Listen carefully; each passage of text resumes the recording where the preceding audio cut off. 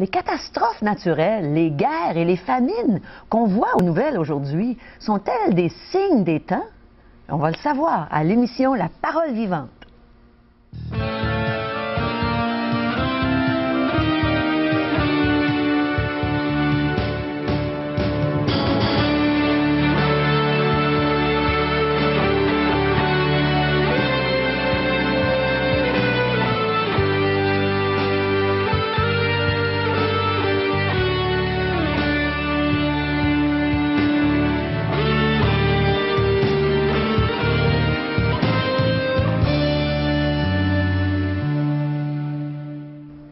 Bonjour chers amis et bienvenue à l'émission La Parole vivante. Aujourd'hui, le pasteur Régent Joly va nous entretenir sur des choses qu'on entend quotidiennement aux nouvelles concernant les catastrophes, les guerres. On va voir les signes des temps et on va entendre un beau chant de Peter Shannon et un témoignage d'une vie transformée par le Seigneur. Alors, restez avec nous et n'oubliez pas qu'on aime recevoir de vos nouvelles. On veut entendre vos commentaires, vos questions. Alors, signalez le 1-877-L'Espoir, 1-877-537-7647 ou visitez notre site web espoir.ca. Alors, on a une belle émission pour vous aujourd'hui. Et Régent, je pense que tu as sûrement la réponse à nos questions. Tu les as tout le temps, d'ailleurs, parce que tu vas les chercher dans la Bible.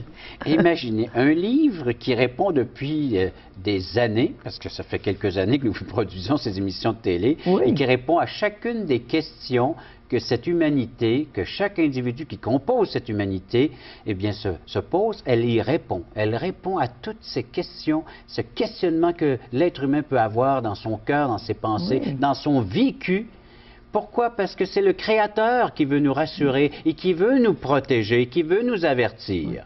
Il nous le dit avec simplicité aussi, pour que tout le monde comprenne. Ça, je trouve ça extraordinaire. Aujourd'hui, on va regarder l'enseignement de Jésus. C'est les apôtres qui contemplaient le temple, et puis le Seigneur a annoncé qu'un jour, tout cela va être appelé à disparaître, ce fameux temple qui coûtait cher, puis qui était une merveille de ce temps. Oui. Hein, on contemplait ce temple, et Jésus leur a dit, tout cela est appelé à disparaître. Et là, les disciples ont posé 2-3 questions, et Jésus répond à ces questions. Alors, c'est ces réponses que nous allons aller chercher aujourd'hui. Qu'est-ce qui va décrire la fin des temps ou la seconde venue de Jésus-Christ ici-bas sur cette terre? Vous voulez être des gens avisés? On va prendre la Bible ensemble, on va regarder les réponses du Seigneur Jésus, on va les décortiquer, on va analyser ça, et puis à la lumière des Saintes Écritures, on va se préparer. Eh bien, on va avoir une émission avec un enseignement passionnant. Alors, restez avec nous. On vous revient tout de suite.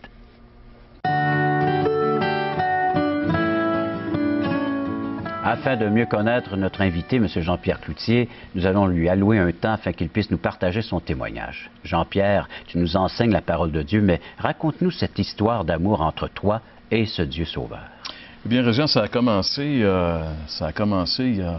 y a presque 55 ans maintenant, parce que quand je suis venu au monde, là, tu comprends-tu que là, mon histoire a commencé.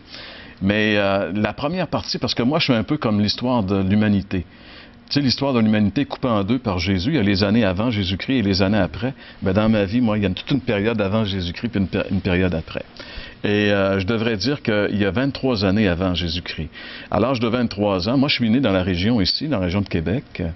Et à l'âge de 23 ans, mon métier, c'était animateur de radio, un peu comme toi, et très comme toi.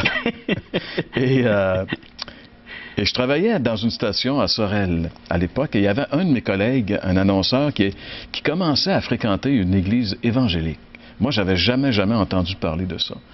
Et même, à 23 ans, ça faisait longtemps que j'avais délaissé la pratique religieuse, tu sais, dans les années 60-70. Et lui, il me parlait de Jésus, mais c'était comme nouveau, tu comprends-tu? Il m'en parlait pas comme j'en avais entendu parler dans la religion. Mais moi, je m'imaginais que je connaissais tout ça. Ben, c'est pas lui qui va me faire connaître Jésus, 23 ans, j'ai été élevé dans la religion dans les années 50, tu sais, je veux dire, le catéchisme puis tout. T'en avais bien entendu. Les curés étaient partout, donc je veux dire, moi, j'étais persuadé que, bon, Dieu, je connaissais ça de A à Z. Puis un jour, il me donnait un Nouveau Testament, puis il me dit de le lire, tu sais.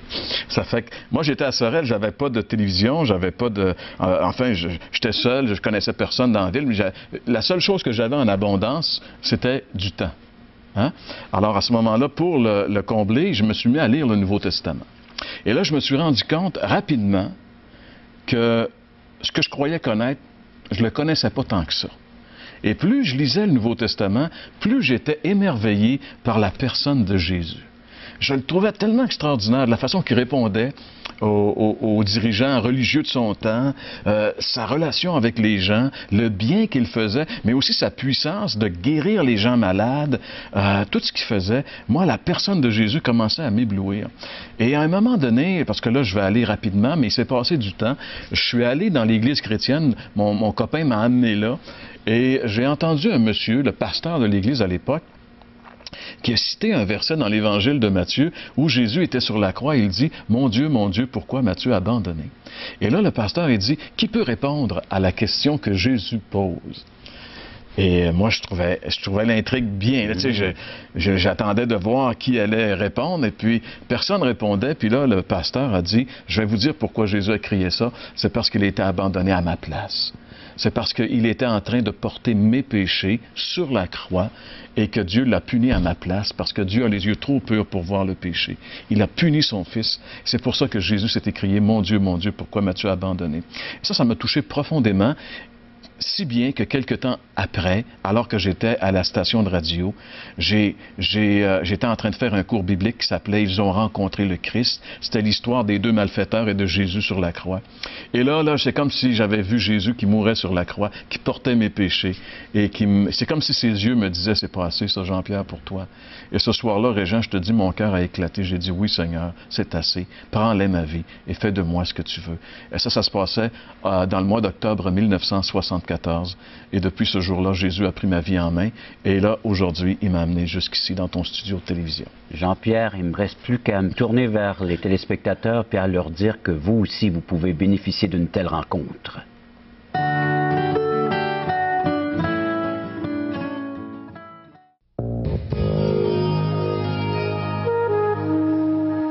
Les signes des temps. Pour certains, c'est un sujet qui fait peur. Mais pour nous, les croyants, c'est un sujet encourageant. Et Régent va nous parler encore aujourd'hui des signes des temps. Bien, oui, je vais vous en parler, mais avec les propos du Maître, les propos du Seigneur Jésus, que nous retrouvons dans Matthieu chapitre 24. Alors, les disciples sont avec Jésus, l'accompagnent, et puis ils se promènent, se baladent sur le mont des Oliviers, verset 3, vous pourrez lire cela. Et les disciples vinrent en particulier lui poser cette question, « Dis-nous, quand cela arrivera-t-il et quel sera le signe de ton avènement et de la fin du monde? » Oh là là! Des questions que les gens s'interrogent encore aujourd'hui, se posent. C'est d'actualité. Quand est-ce que, oui, la fin des temps, la fin du monde va arriver, puis l'avènement peut-être moins, parce que les gens, ils sont plus ou moins conscients qu'il y a un retour en gloire du Seigneur Jésus-Christ, qu'il y a un deuxième retour. Il est venu la première fois, il y a plus de 2000 ans, pour sauver notre humanité déchue, perdue, à cause du péché, de la désobéissance, mais il revient une deuxième fois pour rétablir l'ordre. Est-ce que tu crois que ça va être bientôt, Régent? On va voir les signes. Ah! Verset 4, quels sont les signes? Jésus leur répondit, « Prenez garde que personne ne vous séduise, car plusieurs viendront sous mon nom, disant, « C'est moi qui suis le Christ », et ils séduiront beaucoup de gens. Vous entendrez parler de guerre et de bruit de guerre. Gardez-vous d'être troublés, car il faut que ces choses arrivent. Mais ce ne sera pas encore la fin. Une nation s'élèvera contre une nation, un royaume contre un royaume. Il y aura en divers lieux des famines et des tremblements de terre. Tout cela ne sera que le commencement des douleurs. On le voit aujourd'hui, toutes ces choses-là. Matthieu 24, les versets 4 à 8. Et comme tu le disais si bien, c'est nos manchettes, c'est nos nouvelles de tous les jours. Oui. Nation contre nation, on voit qu'il y a un tumulte, il y a une révolte. Le cœur humain est en ébullition, prêt à soulever n'importe quand toutes sortes de tumultes, de fomenter contre les gouvernements, de se soulever et de pouvoir se liguer ensemble. Et c'est ce qu'on voit, la guerre, la violence. On réclame, on veut notre dû, on veut naturellement... on ne sait pas trop quoi. Hein? On ne sait pas trop quoi, mais tout le monde est en train de demander, d'exiger quoi que ce soit à nos gouvernements. Vous savez, si nos ministères, nos ministres de justice étaient au courant de cela, de ce qui s'en vient là, Moi, j'aimerais les aider, j'aimerais les secourir. Je ne sais pas toi, mais j'aimerais leur apporter des solutions. Et la parole en a une grande solution face à toute cette violence.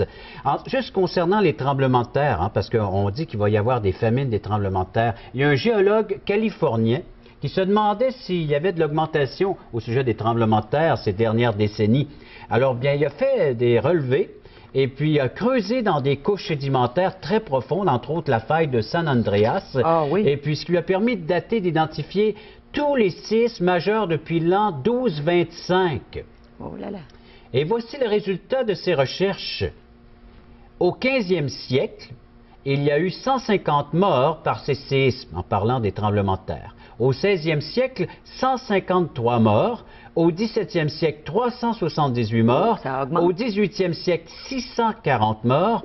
Au 19e siècle, 2119 morts. Et au 20e siècle, déjà plus d'1 million de morts dans notre siècle, aujourd'hui 21e siècle, et ça va toujours en augmentant. Oui, et ça augmente aussi en plus grand volume d'une fois à l'autre. Alors la population, il va sans dire, puis également le séisme aussi, il y a de plus en plus de séismes, donc de tremblements de terre. Alors ça va avec les textes bibliques, parce que on voit ça dans entre autres dans les écrits de Jean, l'Apocalypse, l'apôtre Pierre, des prophéties de l'Ancien Testament qui nous décrivent ce genre de séisme. Le vulcanologue spécialiste des volcans Arun Taziev a écrit « Le monde est entré dans une ère nouvelle et celle des catastrophes naturelles à haut risque. Nous sommes entrés dans cette ère-là. Pourquoi? La Bible l'avait enseigné depuis tellement longtemps, mais déjà nos hommes de science sont en train de nous dire que nous entrons dans des ères où il y aura de plus en plus de catastrophes. On perd de plus en plus, va sans dire, cette air qui est tellement important pour nous à respirer. On perd également, on parle de la pollution, on va parler également de la dégradation de notre nature qui est si importante pour la vie de l'être humain ici-bas sur Terre, et on voit une dégradation dans ce sens-là aussi. Et ça, c'est pas juste nous maintenant, les évangélistes qui parlent, qui disent « Ah, les prophètes de malheur ». Non, nos scientifiques, ceux qui sont en train d'étudier cette petite planète Terre, qui la regardent avec un télescope et puis sont en train de dire, les microscopes, ils sont en train de regarder, ça va mal. Et de plus en plus rapidement aussi, j'ai remarqué. Une dégradation. Plus rapidement que ce qu'on aurait cru il y a quelques années. Alors, des grands problèmes. Alors, donc, oui, la pollution est là. Et puis, l'apôtre Pierre, regardez ce que l'apôtre Pierre nous a laissé comme écrit.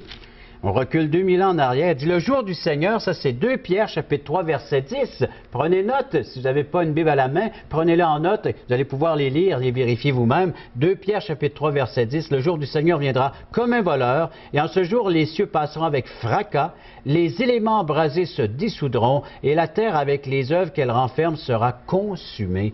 Puisque tout cela est en voie de dissolution, combien votre conduite et votre piété doivent être saintes. Attendez et hâtez l'avènement du jour de Dieu, jour à cause duquel les cieux enflammés se dissoudront et les éléments embrasés se fondront. Mais nous attendons, selon sa promesse, de nouveaux cieux et une nouvelle terre où la justice habitera. Le Seigneur va venir comme un voleur. Ça, c'est d'autres textes que nous pouvons lire dans les lettres de Paul aux Thessaloniciens, mais lui aussi, c'est vrai que l'apôtre Pierre, c'est aussi comme un voleur. C'est-à-dire que les gens ne s'y attendront pas. Imaginez si le voleur vous appelait et dit, voulez-vous, demain à 11h, je vais aller, à 11h du soir, 23h, je vais aller dévaliser votre maison. Alors, placez tous vos articles de valeur à la porte, puis j'y serai. Hein? Alors, mais c'est pas de cette façon-là que ça fonctionne. Mais Jésus se présente comme un voleur parce qu'il va venir chercher ce qui est de plus précieux. Et qu'est-ce qui est de plus précieux sur la terre?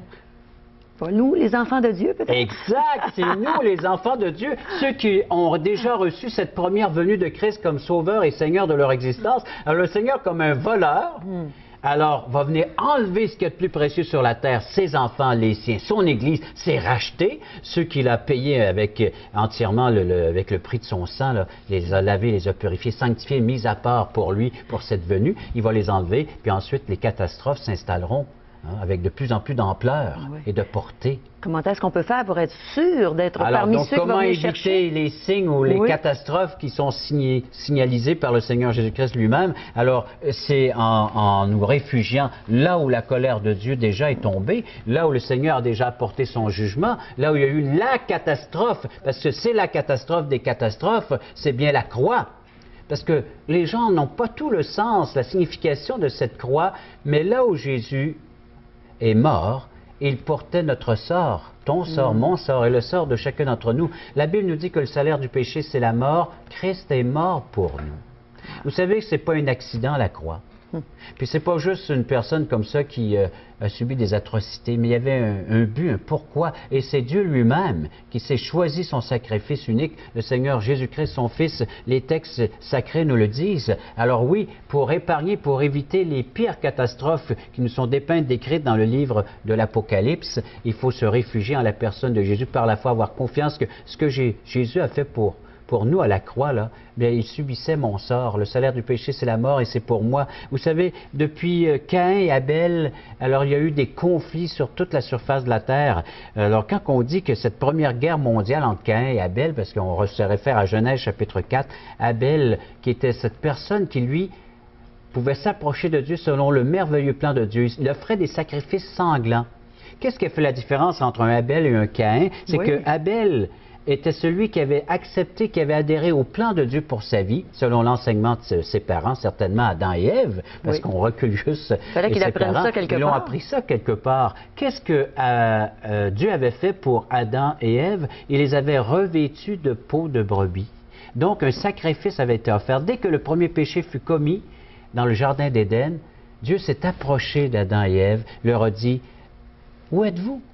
Qu'avez-vous fait? » Alors, un créateur qui recherche maintenant ce qui est perdu, sa création, pour la retrouver près de lui, mais pour pouvoir retrouver la communion et l'intimité avec Adam et Ève, il a fallu qu'un sacrifice, donc un agneau, fut offert. Il les a revêtis de cette peau comme signe, et ce fut l'enseignement porté à leurs fils Abel et Caïn. Abel avait adhéré à cette grâce, c'est-à-dire il offrait un sacrifice sanglant, il allait vers son troupeau, offrait un sacrifice d'un agneau, tandis que Caïn, lui, allait son dur labeur, allait travailler la terre, il offrait, il va sans dire, le fruit de la terre, et alors donc des légumes, des fruits, il allait offrir ça, mais il n'y avait pas de sang, c'est pas une vie qui était donnée pour une vie envers une autre vie, et c'est là le conflit. Et aujourd'hui, on dit que la plupart des conflits viennent de nos religions. C'est pas un tort, hein? Vous savez que la parole de Dieu nous dit, à Caïn et Abel, c'est une guerre de religion, mais Caïn est devenu jaloux parce que Abel était accepté de la part de Dieu, c'était approuvé, tandis que Caïn était désapprouvé de la part de Dieu. Il essayait par ses propres moyens, ses propres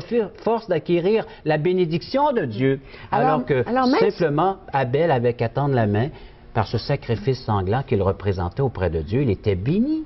Alors, même si Caïn gagnait sa vie de ses mains en cultivant la terre, il aurait fallu qu'il offre le même sacrifice qu'Abel? Exact. Le seul moyen par lequel nous pouvons être sauvés, c'est par un sacrifice sanglant. Et puis l'Épître aux Hébreux nous dit que le seul sacrifice qui peut expier nos péchés aujourd'hui, c'est le sacrifice de Jésus-Christ. Jésus-Christ a dit à son Père, « Je suis venu pour faire ta volonté. » Il dit, les rouleaux parlent de ma venue sur terre. C'est pour ça qu'il est venu, afin d'éviter les pires catastrophes qui sont à venir lors de son deuxième retour, alors qu'il établira l'ordre qui doit régner sur cette terre. Et puis, il y a une seule façon de faire régner l'ordre, bien, il va s'en dire, parce que les gens vivront dans la rébellion, dans la révolte, ne voudront rien savoir. Alors, Dieu devra s'imposer par la force. Mais aujourd'hui, il ne s'impose pas par la force. C'est par amour qu'il lance une invitation. Il dit, toi qui veux éviter ce qui vient, viens à moi et tu seras réfugié. Vous savez, moi je l'appelle le paracolère. Lorsqu'on veut se réfugier de la pluie, on a un parapluie, ou du soleil parasol, ou le paratonnerre. Oui. Hein? Alors, Jésus devient notre paracolère. Donc, il a déjà subi la colère de Dieu et on peut se réfugier là. Je voyais des incendies aux États-Unis. Qu'est-ce qu'on fait pour éliminer, pour essayer d'empêcher ce danger de se répandre afin que le feu puisse aller détruire un village? Eh bien, on met le feu, hein? Puis on va utiliser l'eau, mais on va faire brûler donc à distance déjà. Alors déjà, on peut, par le feu, éteindre, en tout cas, s'il n'y a plus de matière consommable, alors donc, on peut éviter. Et c'est la même chose, pour que je ne sois pas, moi, que je ne subisse pas la colère de Dieu, je dois me réfugier là où la colère a déjà été portée par le Fils du Seigneur Jésus-Christ. Et c'est ça la bonne nouvelle aujourd'hui. Je peux éviter le pire en me réfugiant en la personne de Jésus. Et justement, en la personne de Jésus, les portes de l'éternité ont été ouvertes pour nous. Alors, pendant qu'elles sont encore ouvertes, entrez dans ces portes.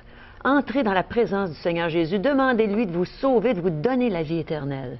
Écoutons maintenant Peter Shannon qui va justement nous parler des portes de l'éternité.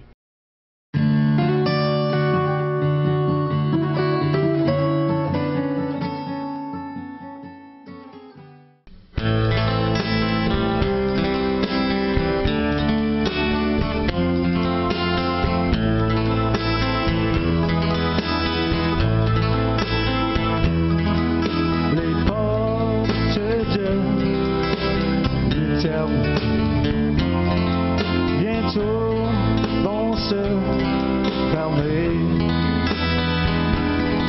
Et toi, qu'est-ce que t'as décidé? Car Jésus t'a appelé.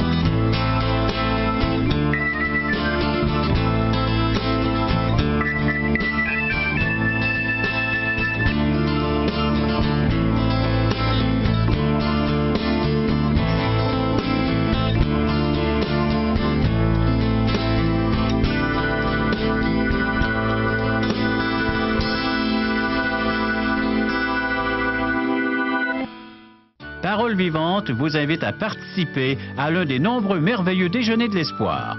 Ces déjeuners ont lieu dans plusieurs restaurants réputés de la région et vous sont offerts gratuitement.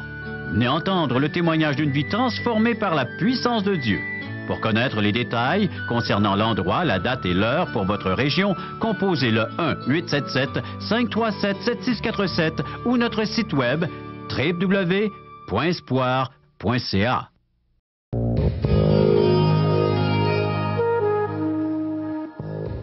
Alors, vous voulez passer une belle matinée allez dans un de nos déjeuners de l'espoir et vous ne le regretterez pas. Vous allez bien manger pour votre corps et pour votre esprit. Vous allez entendre des choses merveilleuses, un beau témoignage et vous allez recevoir des petits cadeaux. Comme on vous en donne d'ailleurs aujourd'hui. On ne veut pas aujourd'hui. laisser nos téléspectateurs sur leur faim. Non, non, on veut non. les nourrir, continuer à les Oui. nourrir. En plus des émissions, il y a aussi la lecture, la littérature qu'on offre. Alors donc, ils peuvent lire l'Évangile Gratuitement. selon Jean, une portion des Saintes Écritures, le Nouveau Testament, l'Évangile de Jean.